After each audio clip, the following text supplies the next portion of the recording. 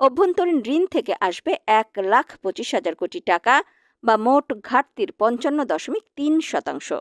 আর বিদেশি ঋণ থেকে আসবে 1,01,000 কোটি টাকা বা 44.7%।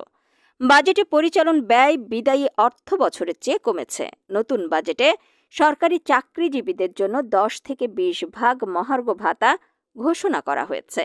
এবারের বাজেটে পুঁজি বাজারে তালিকাভুক্ত প্রতিষ্ঠানের কর কমতে পারে 2.5 ভাগ। এতে এসব প্রতিষ্ঠানের কর নামবে 20%। তবে অপরিবর্তিত থাকছে পুঁজি বাজারের বাইরের প্রতিষ্ঠানের কর হার। এবারের বাজেটে মূল্যস্ফীতি কমানোর ওপর জোর দেওয়া হয়েছে। এ অর্থ বছরের জন্য মূল্যস্ফীতির লক্ষ্য ধরা হয়েছে 6.5%। 2024-25 অর্থ বছরের বাজেটেও সার্বিক মূল্যস্ফীতির লক্ষ্যমাত্রা ছিল 6.5%। গত এপ্রিলের হিসেবে দেশের বর্তমান সার্বিক মূল্য